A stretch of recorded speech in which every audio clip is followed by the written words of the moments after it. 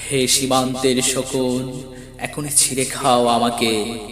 হে আটলান্টিকের eagle, শিগগির খুবলে খাও আমাকে।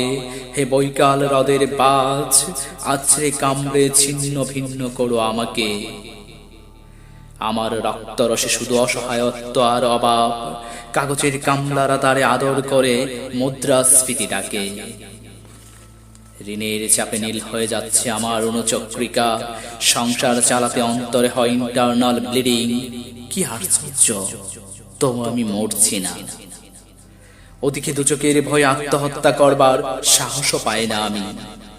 খোদাকে বললাম আমি মরতে চাই। তিনি বললেন, বেঁচে আছো কে বলল? সহস্রাব্দ উন্নয়নের সাক্ষী হিসেবে রাজা তোমাকে মমি করে রেখেছেন। বাজারে দীর্ঘশ্বাস ফেললে নাকি রাজ্যের ভীষণ বদনাম হয়, রাজারও মন খারাপ হয়। কোতোয়ালরা ফরমান জারি করেছে, আমাকে সারাক্ষণই হাসতে হবে, নইলে দেশি কুকুর ও বিদেশি মাগুরকে একবেলা ভালো মন্দ খাওয়ানো হবে আমার মাংস দিয়ে। নিত্যদিন ভয়লারের ভুঁড়ি নাকি ওদের ভাল লাগে না। অথবা আমাকে ভাগ করে দিয়ে বেচা হবে। মানুষেরও তো মানুষ খাওয়ার স্বাদ হতে পারে, তাই না?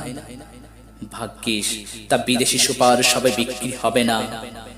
দেশি মানুষেরই তো হক বেশি আমাকে খাওয়ার।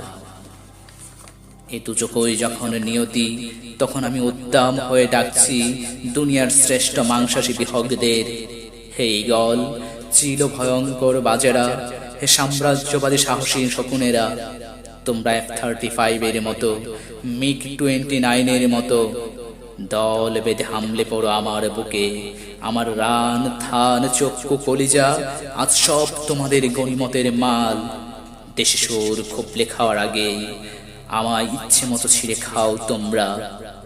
দোহাই, শুধু মস্তিষ্কটা খেও না আমার, তাহলে শীঘ্রই দাস হয়ে যাবে তোমরাও।